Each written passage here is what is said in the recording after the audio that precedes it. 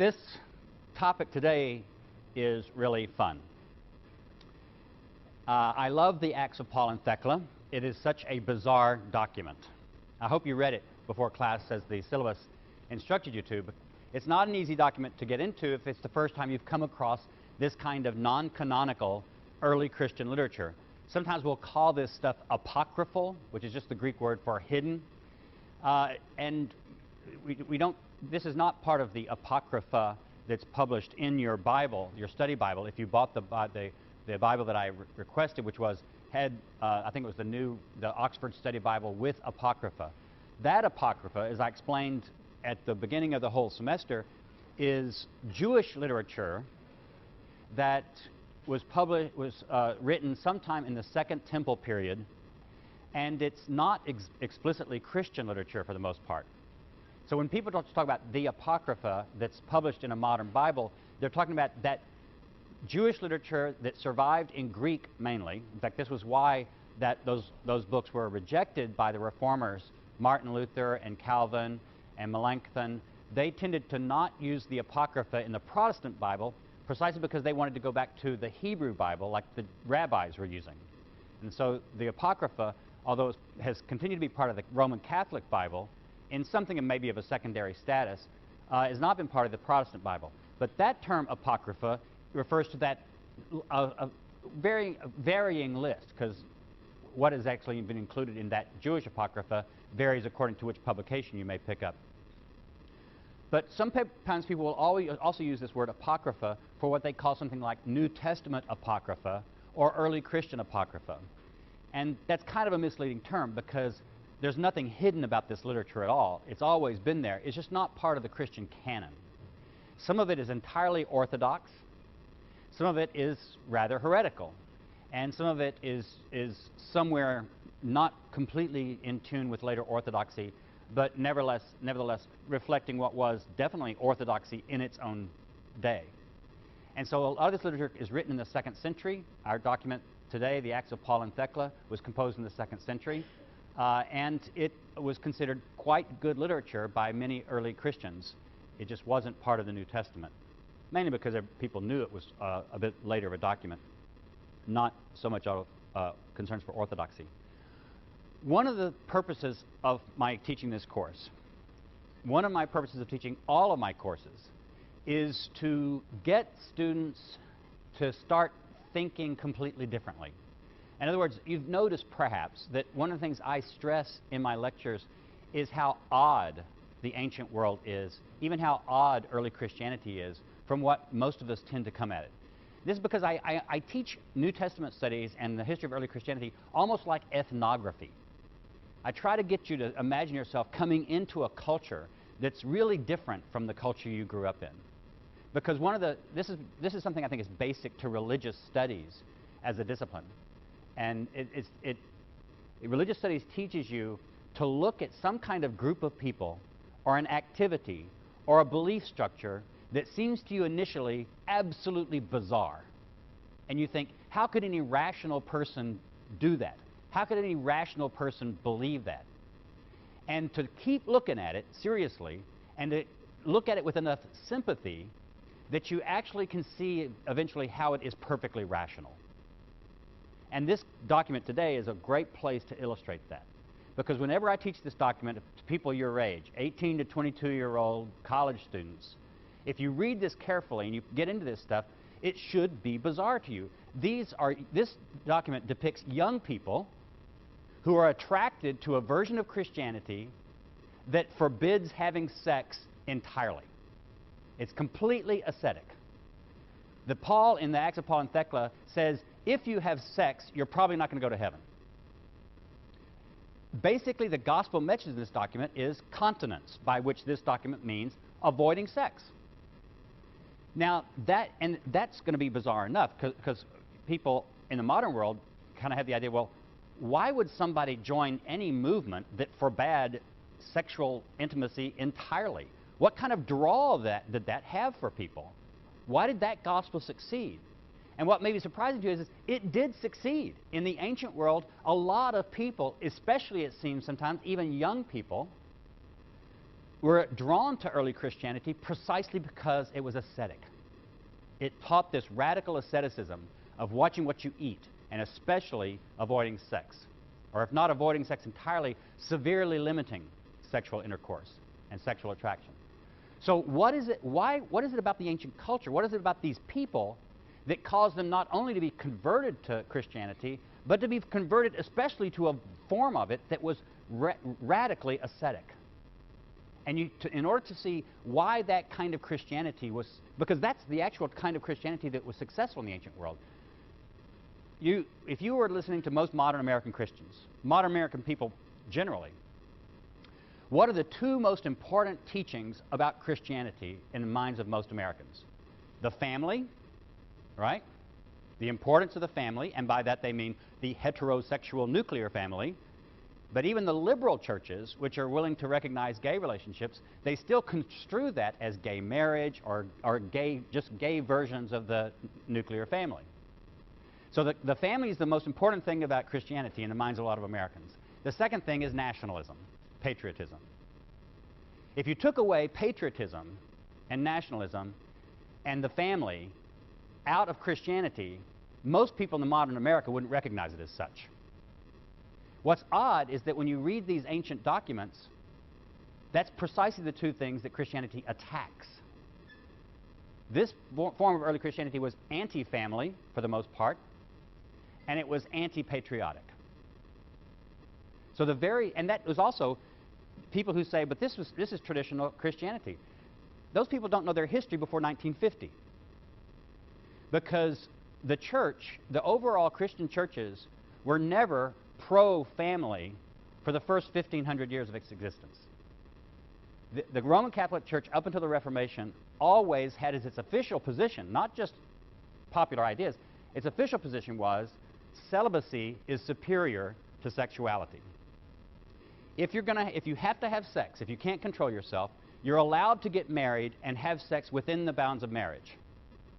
But the better thing, the better virtue would be to avoid sex entirely for your entire life. The next best thing is to have sex if you need to just to make babies, but then as soon as you have your babies, stop having sex and be ascetic the rest of your life. If your spouse dies, you are permitted to get remarried most of the time, but the higher virtue would be in remaining unmarried and remaining celibate for the rest of your life. That was considered the doctrine in Christianity, at least up until the Reformation, so the 16th century. So when people talk about traditional family values being traditionally the Christian way, they're not talking about Christianity as it existed from the time of Jesus all the way up until around 1600. And even then, from 1600 until 1950, the ideal form in most Christianity was not the nuclear family, but some kind of household. So in Puritan New England, people didn't live in little nuclear families.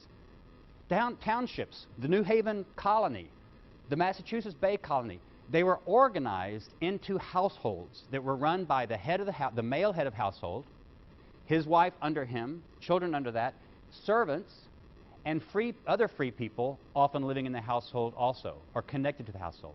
If you were, for example, an adult male, 25 years old, in New England, in Puritan New England, and you weren't married, you weren't really supposed to live alone or with other men. That happened sometimes, but the town fathers and these colonies were ruled as communities, not individual people. The town fathers would want to put you into somebody else's household, into the household of another man. They certainly wouldn't let women, adult women, live separately. So notice, this is not individualism in the modern sense, and it's not the nuclear family in the modern sense. These are extended family households. That was the New England Protestant way.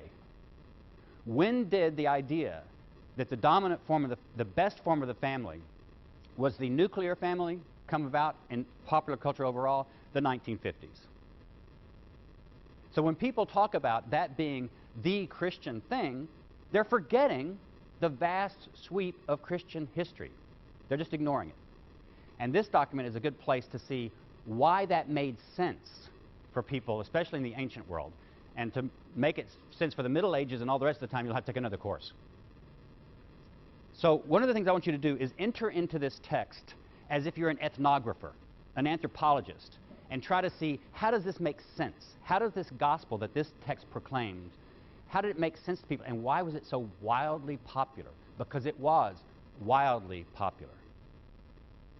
First, you have to know a bit about the Greco-Roman novel. I talked about this earlier in the semester when we talked about the Acts of the Apostles. Greek novels are very interesting. There are 6 of them that survive in almost whole, and then fragments of a lot of others. And you can find these in English translation. Help me out, teaching fellows. What's the name of the collection of the Greek novels? It's called something like Collected Greek Novels, yes. And is it Reardon who's the editor? Reardon, R-E-A-R-D-O-N. If you want to dip into these, just get the Collected Ancient Greek Novels translated by Reardon or edited by Reardon and read through some of them. They're very entertaining. One of the things, the typical plot is a woman of high elite status. These usually are young people of elite families. They're usually set in classical Greeks, although they're not written until the 1st century, 2nd century, 3rd century of our era. But they often are set in a more classical Greek setting. And they're upper-class people. A young woman who's of an upper-class family falls in love with a young man who's also from an upper-class family. And in a few of the Greek novels, they actually get married and have a little honeymoon, a brief honeymoon period, and then all hell breaks loose and something happens. In some cases, they don't even get to consummate their love yet because something intervenes. Usually what happens is a disaster strikes. In one, I think I mentioned this to you, the Karitas and Kaleroi. In one, the husband gets jealous, thinking that his wife has had an affair. In a fit of rage, he kicks her. She falls over, and everybody thinks she's dead. So he's grieving and grieving because, of course, he's still madly in love with her. They're both madly in love with each other. But they bury her in the tomb, the big family tomb that's on the shore by the water.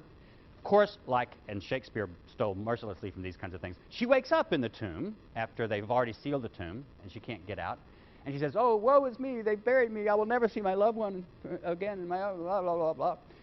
Pirates who happen to be outside, there's always pirates in these things, lots of pirates.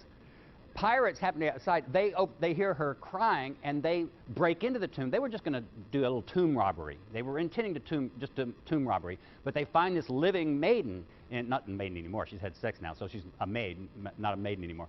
But anyway, beautiful young woman, and they decide, well, great, we can get more for her than from the stuff in here. We'll kidnap her, sell her into slavery at some other port, and they do. So they take her off. They take her around over to Asia Minor, modern-day Turkey. And there they sell her to this wealthy man. He falls in love with her, so he decides to marry her. And then something else happens, and they go to the king of Persia, and the king of Persia falls in love with her, so he steals her away from the Greek guy. And then warfares break out, and her husband, as soon as he finds that she's been stolen away, he starts traveling all around the Mediterranean looking for her. And he'll get just to Alexandria in Egypt the day after she's been sold off to slavery someplace else. So these two traipse around the Mediterranean looking for her because they're madly in love and they want to consummate their marriage. And of course, everybody falls in love with both of them. No matter where this young woman goes, every man around falls in love with her. And that causes problems all over the place. Of course, in the ancient world, everywhere the young man goes, everybody falls in love with him, both women and men, because that was quite common. And so, they both have all this eroticism. So they're described in their beauty all the time. Usually there's some place in the novel where they can get naked, where somehow the plot happens where she's stripped because she's going to be punished, or he's stripped because he's going to be crucified, or something has happened. And the story kind of concentrates on how beautiful their bodies are. In other words, the whole novels are about being faithful to the person you loved in your youth, because they both try not to have sex with anybody else, if they can at all do that. Be faithful to your lover from your youth, but the erotic drive is just all the way through the novel. The novels are full of eroticism, and the eroticism of the eye. So this Acts of Paul and Thecla is so wonderfully like those things because it also uses eroticism. Did you notice how often Thecla is portrayed as gorgeous and even stripped, so you as the voyeuristic reader can imagine her naked body before she's thrown into the vat of killer man-eating seals? You remember that scene? And so the erotic is here in this text, but the erotic is used to the opposite purpose. The erotic is used to actually teach you to avoid sex. So to really read this text of the Acts of Thecla, it helps if you know the way these ancient Greek novels often work. So let's look at the text now, and I'll show you some of these things. Look at paragraph 18. I don't know if you have the pages, but your text, there are a couple of different editions that I've used in this class. I don't know which one I had for downloading with you, but I'm going to not talk about page numbers most of the time, but paragraph numbers, because the texts are all divided up into paragraph numbers. So on paragraph 18,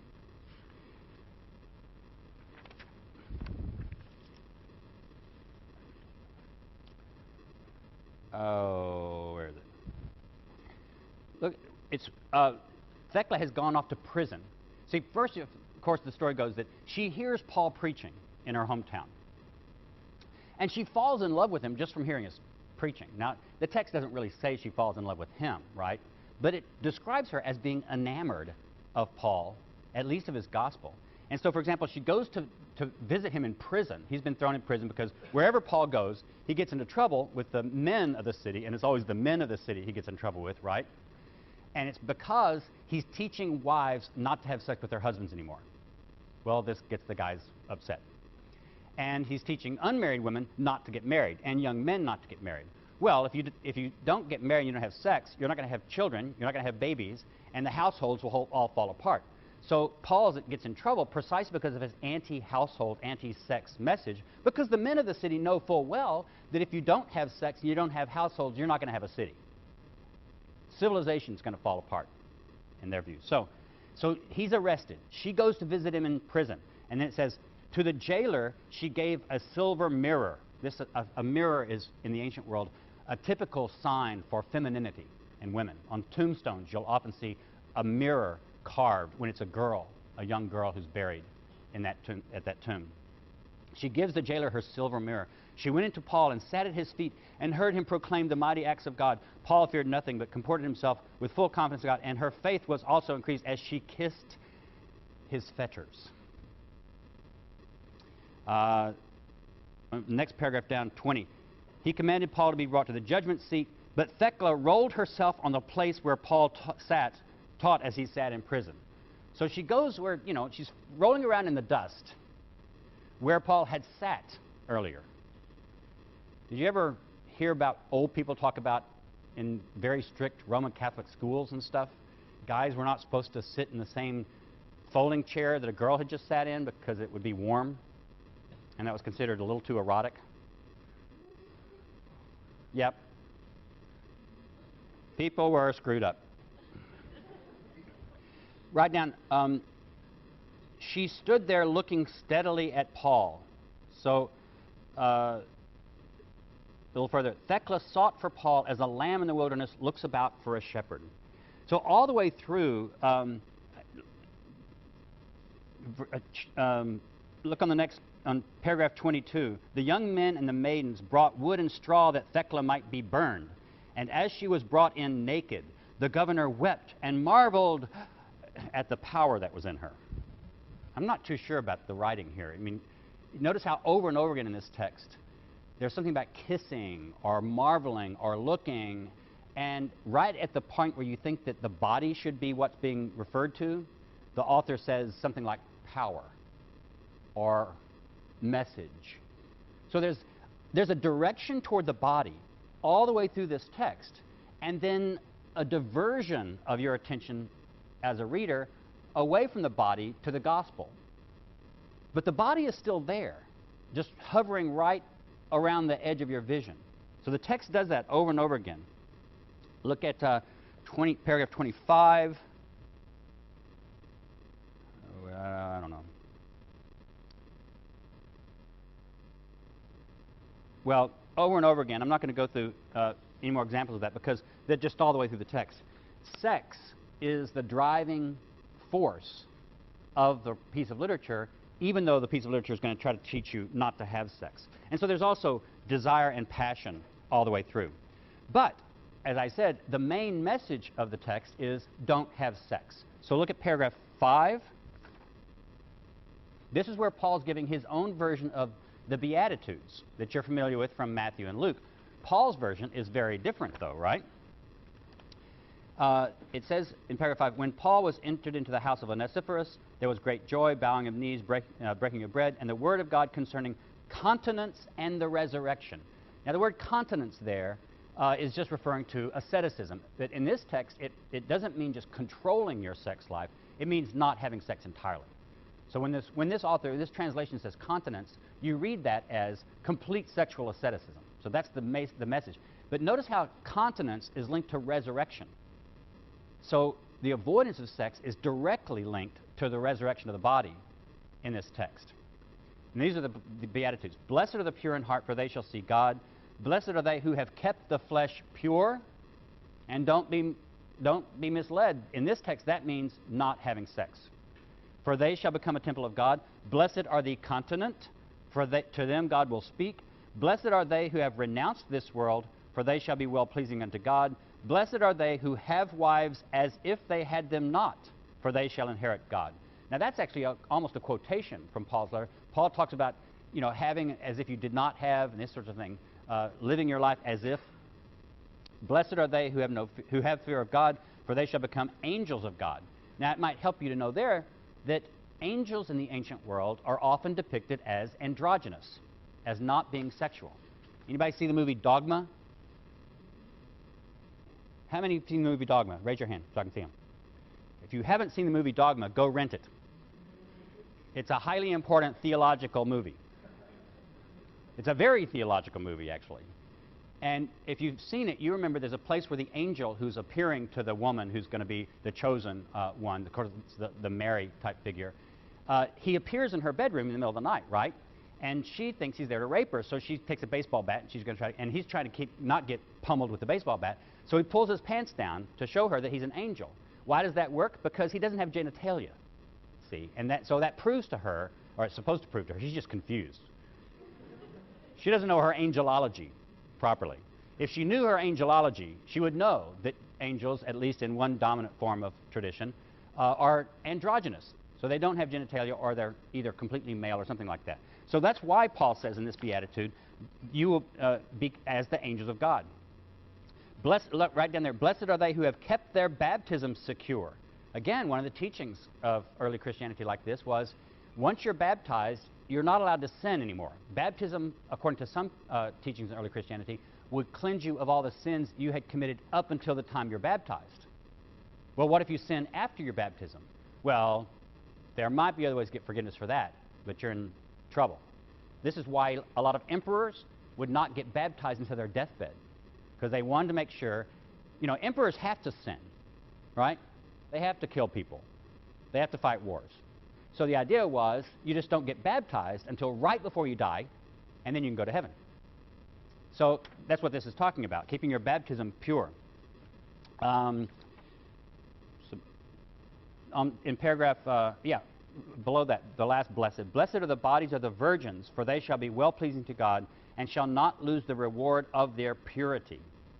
Right below that, paragraph 7, Thamyra sat at a nearby window and listened night and day to the word of the virgin life, as it was spoken by Paul. Moreover, she saw many women and virgins going into Paul. She desired to be counted worthy herself to stand in Paul's presence. Now look right at paragraph 9.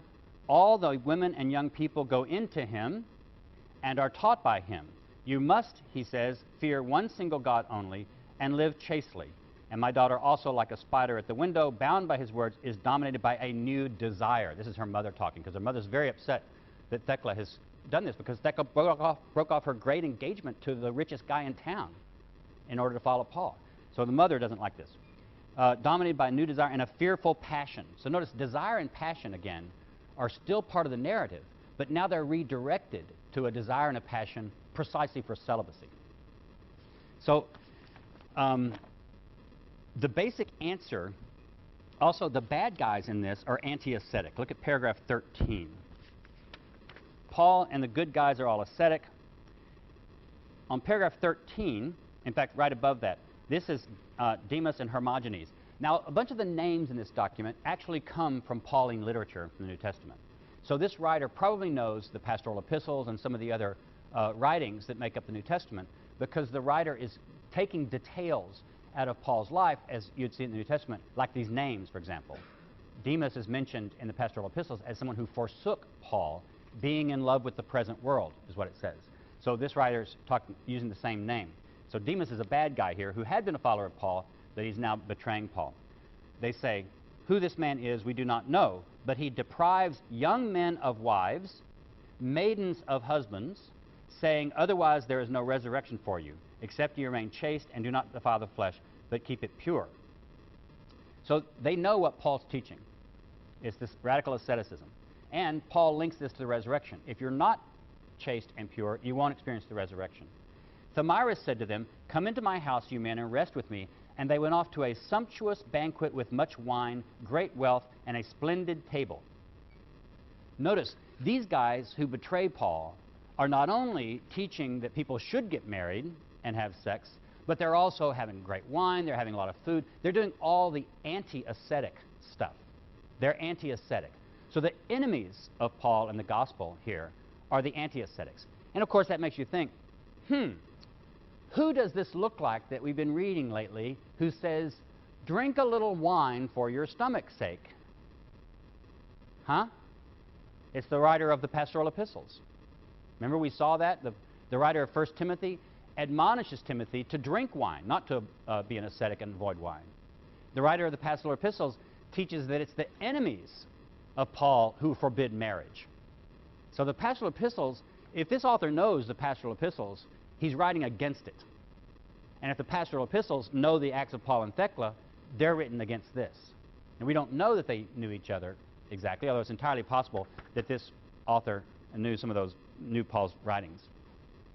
Now, okay, so basically, what is the problem of life, according to this author? Sex and family. What's the answer to life? Avoiding sex and family. And then you experience the resurrection. But that means, what is the deeper problem, then, that this is addressing? And here, the problem, you can see it in paragraph 17.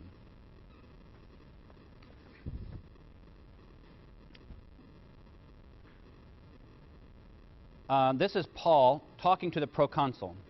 The living God, the God of vengeance, the jealous God, the God who has need of nothing, has sent me since he desires the salvation of men, that I may draw them away from corruption and impurity, all pleasure and death, that they may sin no more. Notice, corruption, impurity, pleasure, death. Those are all linked together. And here's the clue that helps you see what's going on with the allure of asceticism for these ancient Christians. In the ancient world, this is something also that's changed radically since the 1970s. The 1970s changed dramatically with regard to family, sexuality. It's, the time of the sexual revolution, the time of just people's attitudes changing completely. Now, that was kind of, we went back on that in the 80s with the AIDS scare and then the way right-wingers used AIDS to try to make sex fearful to everybody. But that was a sort of reactionary. The 80s and a lot of the 90s was reactionary to the sexual revolution. But what happened in the 70s that changed the way people thought about these sorts of things? Two things that were big pushes toward changing people's attitudes about sexuality and the family. The women's movement, which basically was springing off the civil rights movement and saying that women and men are equal. The radical notion that women are people is what feminism is, So women and men are equal. Now, why was that so important for issues like sex? Because the way sexuality had always been construed up to that point was that the sex act itself, the heterosexual sex act and homosexual sex acts were always interpreted in the frame of heterosexual sex. Heterosexual sex act embodies in its very practices the hierarchy of man over woman. The idea is man is superior, he's supposed to be on top, so the preferred position is the missionary position. And in fact, in ancient Judaism and Christianity, it was considered abominable, if it was considered sex against nature, to have the woman penetrate the man in any way. Why? Because they considered it only natural that the man is the superior one and he penetrates the woman. It's male to penetrate, it's feminine to be penetrated. And they believed that whether it was penis-vagina sex, or whether it was oral sex, or whether it was anything. In any kind of sexual intercourse in the ancient world, and this continued pretty much all the way until the modern world, the man is superior, masculinity is superior, and femininity is inferior, and that's embodied in the sex act itself, in the superiority of the penetrator and the inferiority of the penetrated. That's why the word fucked is a bad thing. Although actually most of us think actually doing it is not such a bad thing. But why is it that in slang and in curse words, we still use words like that sucks? And a lot of people don't even know that it refers to sex. But yeah, of course it refers to sex. And something that sucks is considered bad. It's not considered bad to be sucked. Something that fucks is not bad. It's considered bad to be fucked.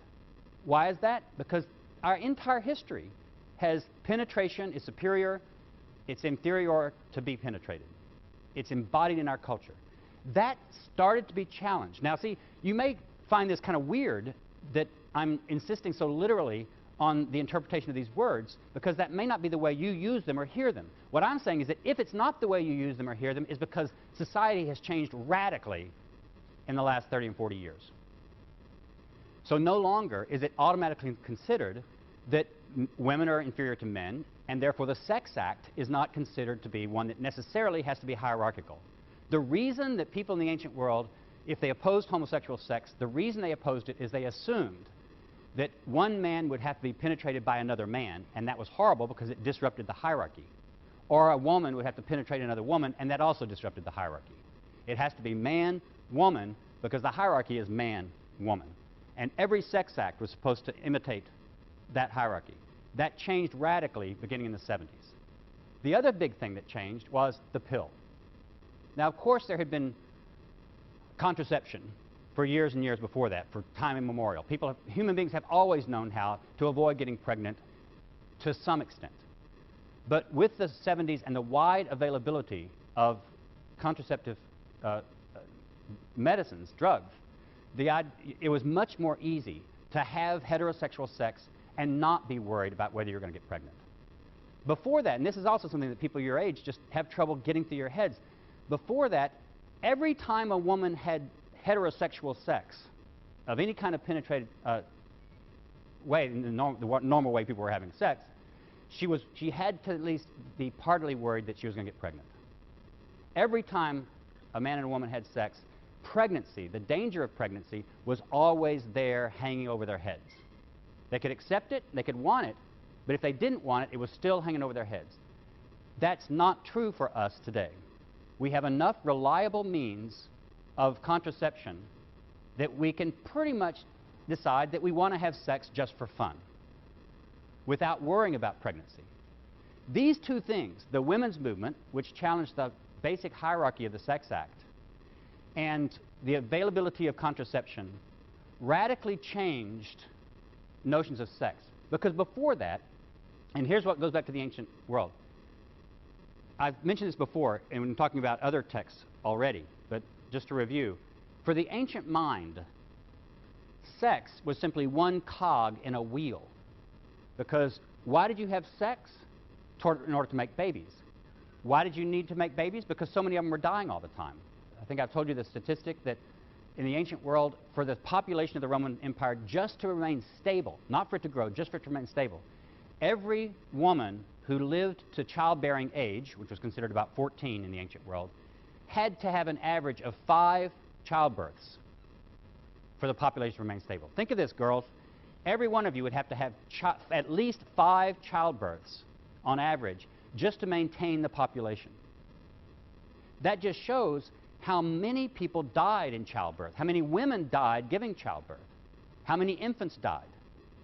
So in people's minds, every birth was automatically linked in their mind to death because it was a dangerous thing. People died often in childbirth, and women died giving birth, and so many children died. And they also knew that they had to keep having babies or the population would shrink. And populations in the ancient world did often shrink. And that was dangerous because whole cities could disappear. Whole populations could disappear if the birth rate didn't remain high. So every birth was considered because you had to have babies. Why did you need babies? Because people were always dying. So the idea was you have sex, birth, death, decay. Sex, birth, death, decay. Sex, birth, death, decay. That's all what life is. Life is a big circle of sex, birth, death, and decay. And now comes Christianity, which says we're going to teach you to break that cycle. How do you break the cycle?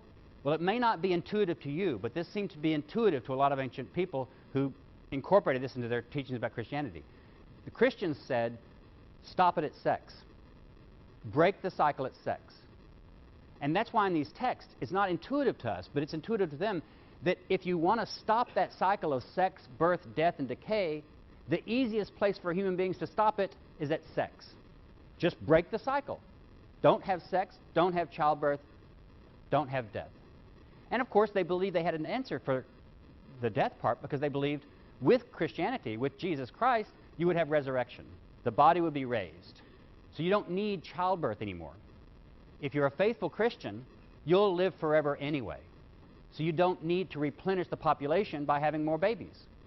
All the people who are Christians who come into Christ will be resurrected and will live forever. So there's no need for more and more population. So the reason that these texts, and this is not the only one, this is just one place where it's very clear, because whenever Paul talks about sex, he also talks about death. He talks about corruption, and he talks about resurrection. So this text very clearly pulls all of these issues in to one another.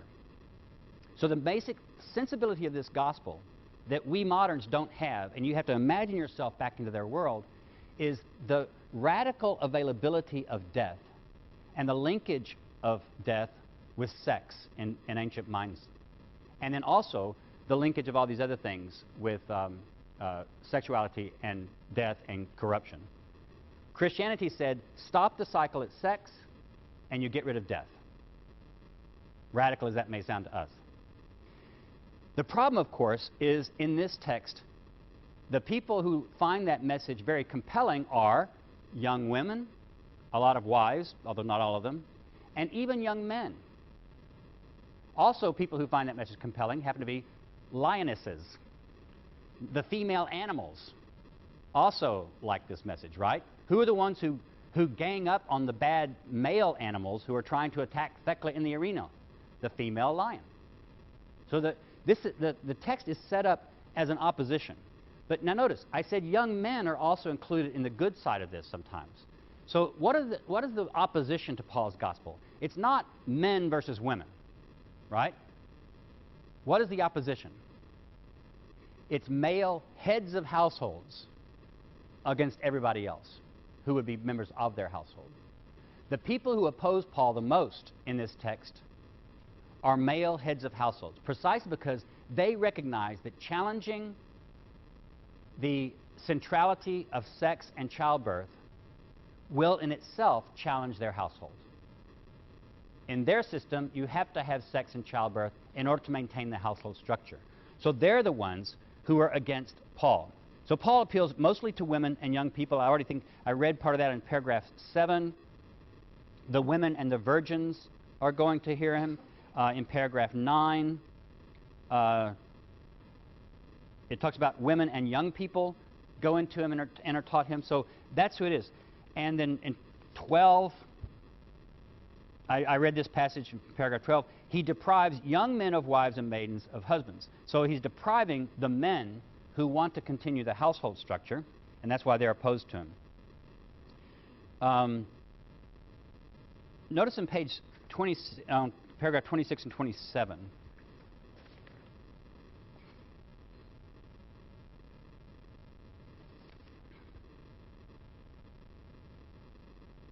Where is it?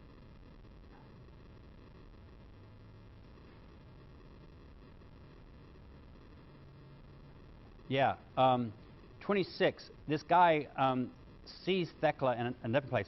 Alexander sees Thecla, and he falls in love with her, as is typical in these kinds of texts. It's always the beautiful woman. Every man, no man can resist them. But so he says he wants to marry her. I did not wish to marry Thamyris. I've been cast out of the city. Taking hold of Alexander. So here she takes hold of this guy's editor. She ripped his cloak, took off the crown from his head, and made him a laughingstock. But he, partly out of love for her and partly in shame at what had befallen him, brought her before the governor. And when she confessed that she had done these things, he condemned her to the beasts. But the women were panic-stricken and cried out before the judgment seat, an evil judgment, a godless judgment. But Thecla asked the governor that she might remain pure until she was to fight with the beast. In other words, she says, just don't make me have sex. I'll be glad to go into the arena and fight with the beast, just don't make me have sex. A rich woman named Tryphena, whose wife had died, took her under her protection and found comfort. When the beasts were led in procession, they bound her to a fierce lioness, and the queen Tryphena followed her. And as Thecla sat upon her back, the lioness licked her feet, and all the crowd was amazed. So you have this situation where, what's the problem with Alexander? He's shamed.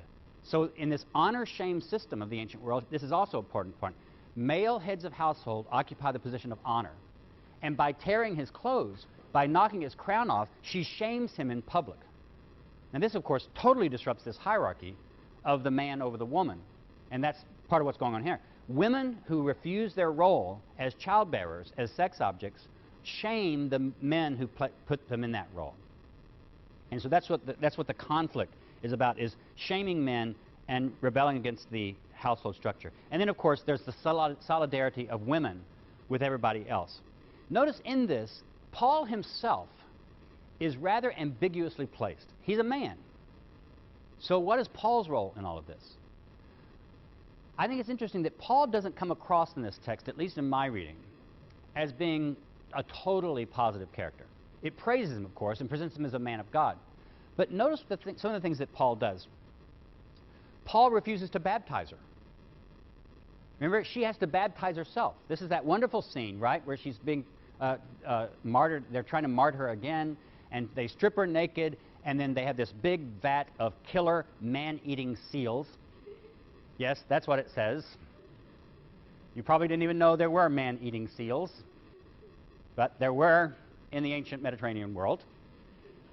So and instead of waiting to be thrown into the vat of man-eating seals, a lightning bolt comes down from the sky, strikes the bottom, all the man-eating seals die, so God saves her. And then, though, not to let the scene finish, she's already, there's water, she's asked Paul to baptize her once, and he wouldn't do it. So she throws herself into the water and baptizes herself. This is a woman. You're not supposed to let women go around baptizing themselves. That could just disrupt all kinds of stuff. So Paul, at one point, says he doesn't even know her in one place. He refuses to baptize her. And Paul gets in trouble. He runs off and hides in caves and stuff. Who's the big hero of this story? It's not Paul. He's, one of the heroes, but it's really Thecla. It's this woman who totally refuses to accept her role as a baby factory. And that's what women are in the ancient world, baby factories. She totally refuses to accept that role. She baptizes herself when Paul hesitates to baptize her. And then, of course, at the very end of the document, remember how it ends? She goes to Paul and she says she wants to be a follower of his. And he kind of just says, no, go, don't leave me alone. Paul is not all that great with her. What does she do? First, she inherits a bunch of money. Another rich woman left her a ton of money. So she's able to support herself and her mother. I guess she and her mother, by the end of the thing, are now in good terms. I mean, if you survive lightning and man-eating seals and God saves you, maybe your mother will like you better and let you not get married. But so she supports herself financially through an inheritance that she gets from another woman. And then, what does she do? She cuts her hair short. She dresses like a man. She actually becomes an apostle. She goes off to spread the message of this ascetic, sex-avoiding, anti-family, anti-household gospel that she got from Paul. Thecla becomes her own apostle, spreading the message. And notice what kind of gospel she's going around teaching. This is not pro-family. This is not patriotic. This is not nationalism. This is putting all your eggs in the basket of the kingdom of God. That's the only thing worth living for, is the kingdom of God. And how do you get into the kingdom of God? By avoiding sex and avoiding the household. That's how you get in and enjoy it and remain. How do you avoid death? By being resurrected. So this message is a very erotic message in a sense. It's not is not getting sexual eroticism or sexual desire and throwing it all out the window.